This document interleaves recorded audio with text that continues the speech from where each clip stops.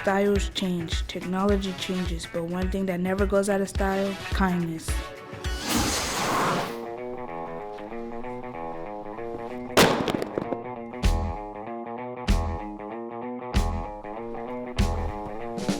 In the 1950s, kindness looked like helping a classmate. Thank you, Isaiah. That's what good manners look like. Do you want to play soccer with me? Yes. Come on. Yay.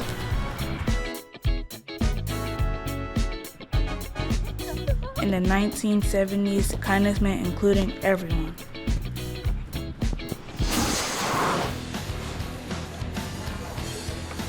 Oh no! In the 1990s, kindness meant working together. No worries, teamwork makes the dream work.